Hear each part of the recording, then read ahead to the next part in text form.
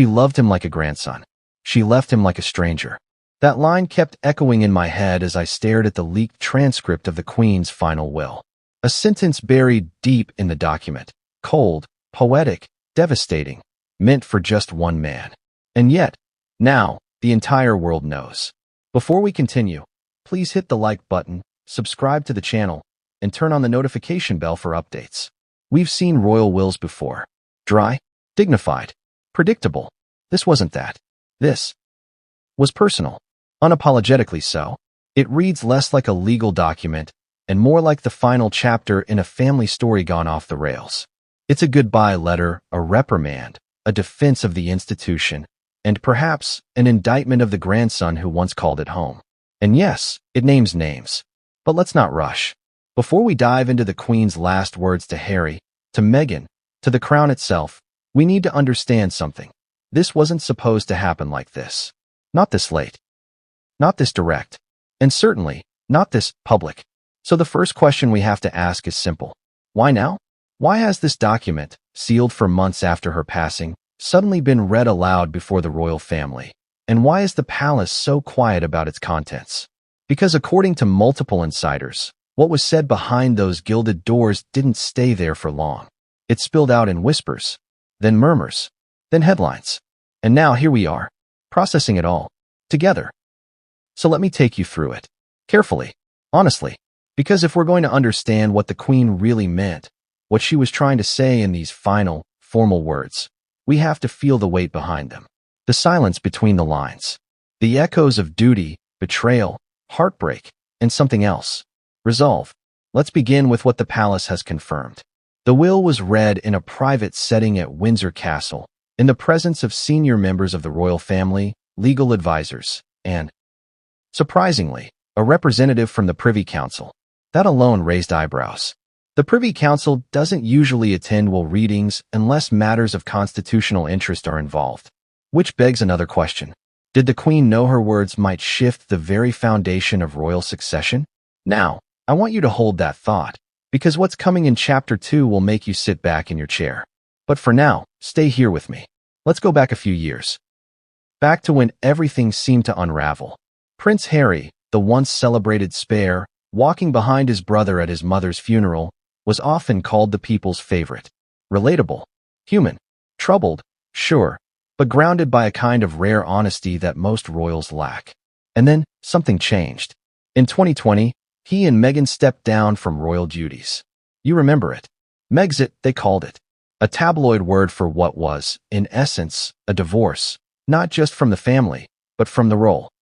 The institution, the crown, the Queen, at least publicly, was gracious, kind, even forgiving. But privately, according to a source close to the palace, the Queen was deeply hurt, not by the act of leaving, but by the manner in which it was done. The press, the interviews, the Netflix deal, the Oprah moment. That, reportedly, was the moment something shifted. Still, no one expected her to put it in writing. Until now.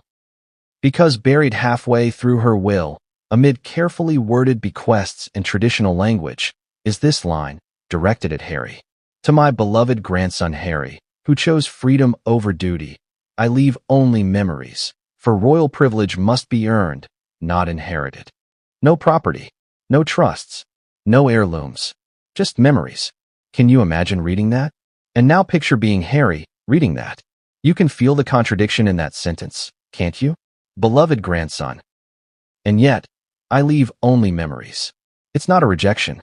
Not quite. It's something subtler, sharper. It's disappointment, written in gold ink. But again, let's not get ahead of ourselves. We'll spend an entire chapter unpacking that clause, and trust me, the implications are enormous. But that wasn't even the biggest shock in the will. Because later, in what appears to be a separate clause, arguably added closer to her passing, the Queen includes a line that left legal experts stunned, constitutional scholars unsettled, and the public confused. It reads, "Let the future be protected by truth. The line of Windsor must be without doubt. Let verification be done where it must." What does that mean? Well, the word verification doesn't usually appear in royal documents. Unless we're talking about bloodline, lineage, DNA. You see where this is going? Now, I'm not here to speculate irresponsibly.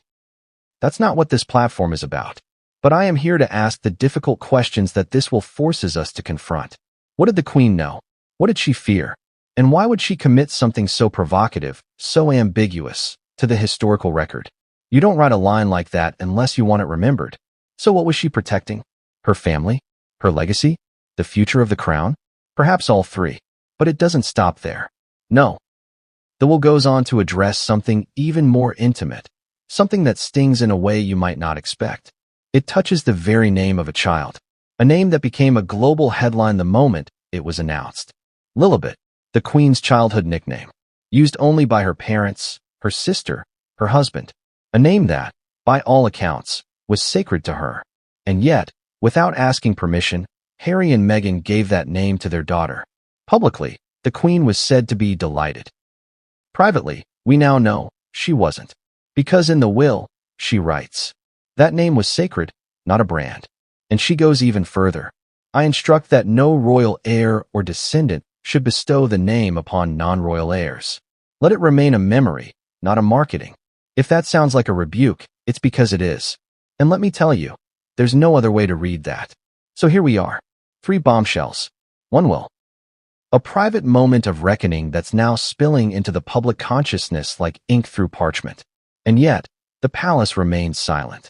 No statement, no clarification, no denial, which only makes the silence louder. Now, here's the part that most of the media won't touch. There's something almost literary about this moment. A monarch at the end of her life, choosing her final words carefully, not as a grandmother, not as a matriarch, but as a sovereign. Duty over sentiment. Tradition over trend. Truth over appearances. And whether you agree with her choices or not, whether you see her as brave or cold, there's one thing you cannot deny. She knew what she was doing. Because in this final act, she wasn't just passing on wealth. She was passing judgment. On a family divided. On a grandson she once held in her arms. On a future she would never live to see, but felt compelled to shape. And maybe, just maybe, on secrets we've only begun to uncover. But what came next would change everything, and no one saw it coming. Why now? That's the first thing that really sticks, isn't it? Why wait over a year to read a monarch's final will aloud, especially when the world had already buried her, mourned her, and, in many ways, moved on? The Queen passed quietly, solemnly, on September 8, 2022. Britain grieved. Candles flickered in windows across the kingdom, and the world tuned in to see history close one of its longest-running chapters. And yet, her will remained sealed. Locked away in a mahogany box at a private solicitor's office, guarded under the Royal Archives Act, protected by what can only be described as layers of tradition, protocol, and perhaps hesitation. That's not unusual, of course. Royal wills have historically been hidden from public view. Queen Elizabeth II's father, King George VI, his will was sealed for over 50 years. Even Prince Philip's final instructions remained private. But this one felt different. From the start, there were murmurs, quiet ones, among courtiers, legal staff, a few seasoned journalists who'd spent their careers parsing what the royals didn't say rather than what they did. And the murmurs all centered on one thing. There was something inside this will that could cause a ripple, a fracture, even, not just through the family, through the crown. And now we know why. But let's backtrack a bit, just enough to understand what made this reading so deliberate. It wasn't a spontaneous event. It was planned meticulously. The date chosen for the reading wasn't random. Sources confirm it was held on the morning of January 7, 2024, just days before what would have been the Queen's 98th birthday. A symbolic nod, perhaps, or a warning. Location? Windsor Castle, not Buckingham. That alone says something. Windsor is personal, private, deeply rooted in family history. It's where the Queen spent much of her later years. It's where she reportedly felt most like herself. Attendees? Let's pause on that. We're told the room held no more than 10 people. King Charles, Queen Camilla, Prince William, Princess Anne, a senior legal advisor from the firm Farrer and Company, the same firm that has advised the royal family for over 200 years.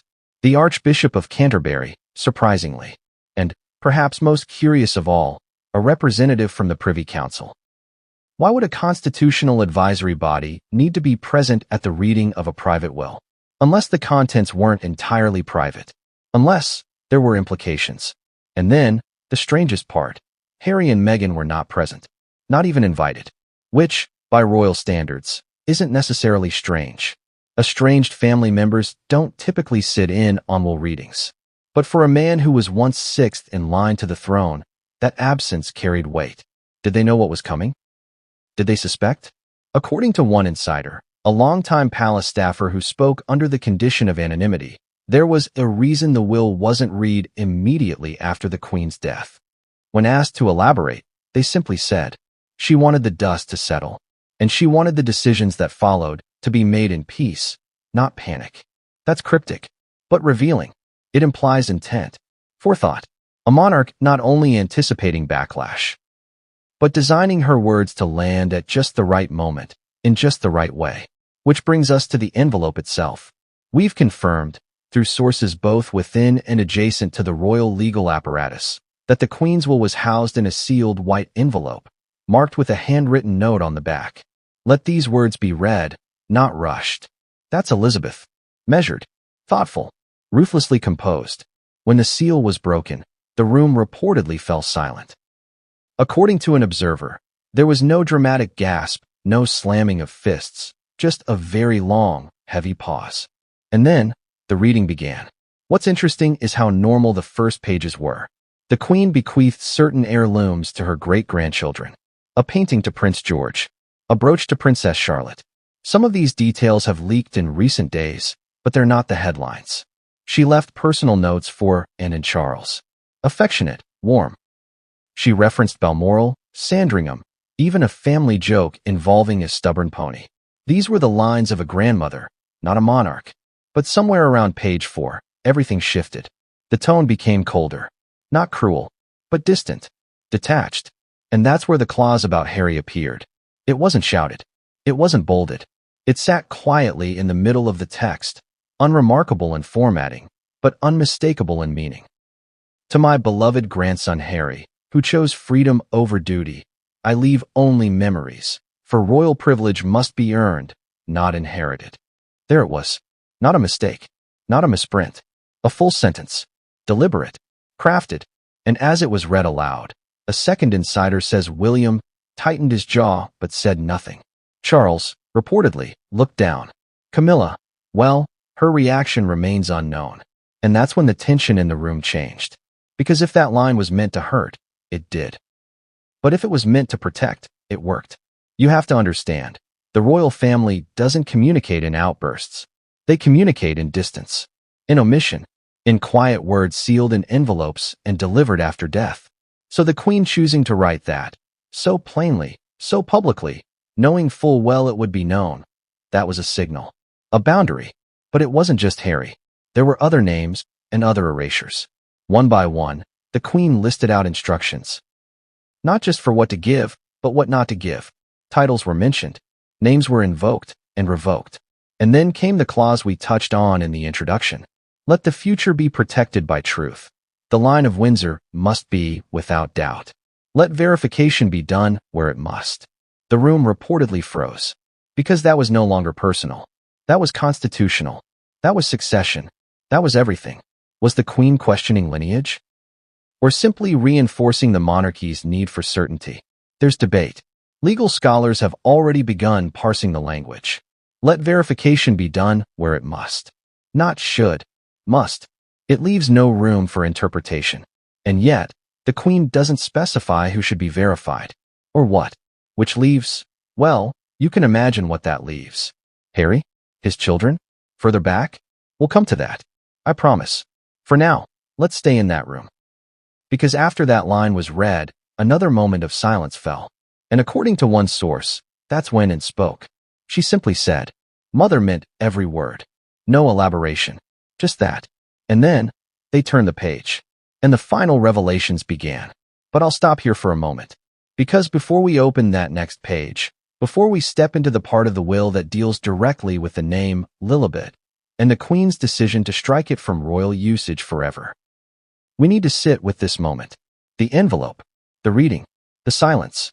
The weight of a matriarch's final message, echoing not only through her family, but through the entire legacy of the crown. What kind of queen writes a will like that? And what kind of world receives it like this? The answers are coming.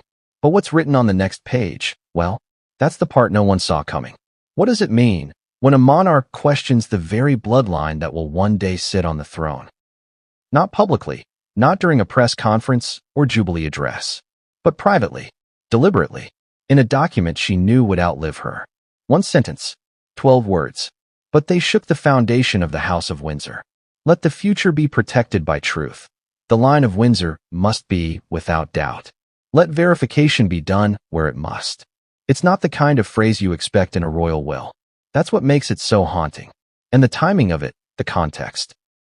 Who was present in the room when those words were read, it all compounds the weight. The tension, the accusation no one wanted to say out loud. But let's do what they wouldn't. Let's ask the question directly. Who, exactly, was she referring to? Let's pause there for a moment. Because there's power in that hesitation. That silence between the lines. That moment when the air goes thin and everyone in the room pretends not to understand what's just been said. But they did understand. And so do we.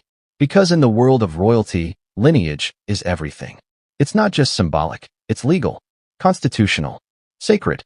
The throne is not passed by popularity, or opinion, or even love. It's passed by blood. And when the person who defined that institution, Elizabeth II, a monarch who ruled longer than any other in British history, chooses to call that bloodline into question, even subtly, it changes everything. Now, let's look at her phrasing again. Let the future be protected by truth. That's not about sentiment.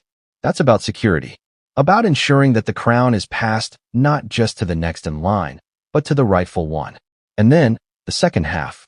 The line of Windsor must be without doubt. Let verification be done where it must. There's no ambiguity in that second sentence. Not maybe verified. Must. So again, who is she talking about? The line of Windsor. The implication is broad. But in context, it narrows fast. Because, as we covered in Chapter 1, this line comes shortly after the Queen's stark message to Harry, stripping him of inheritance, but not title.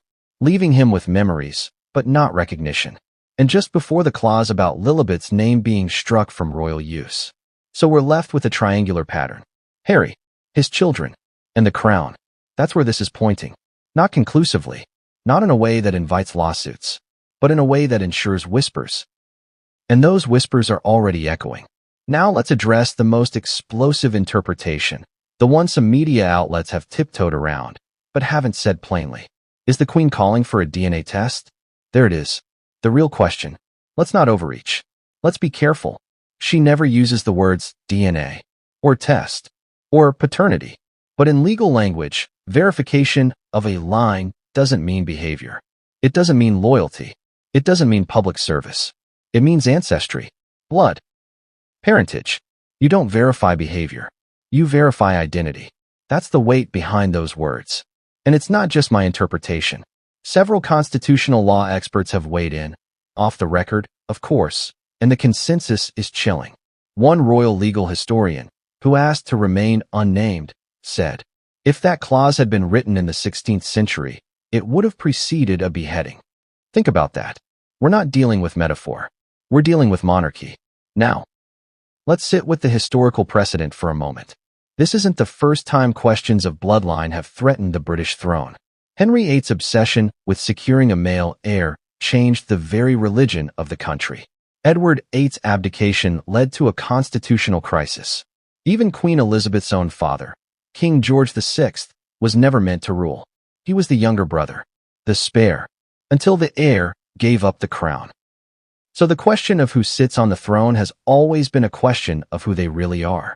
And now, with one single clause, Queen Elizabeth II may have reignited that centuries-old uncertainty. And here's where the emotional contradiction comes in. Because this isn't just about legality. It's about trust. If the Queen trusted the line of succession, if she trusted her son, her grandson, her great-grandchildren, why write it? Why plant that seed of doubt? Unless something gave her pause. Now, let me be absolutely clear on this point. There is no evidence, none, that any royal child was born under fraudulent circumstances. But there are rumors. Persistent, quiet, whispered rumors that began circulating in early 2021 and never quite disappeared. Stories about Meghan's pregnancies. Speculation about surrogacy. Unverified claims about medical records. Leaks, some debunked, others ignored, that suggested not everything was as it seemed.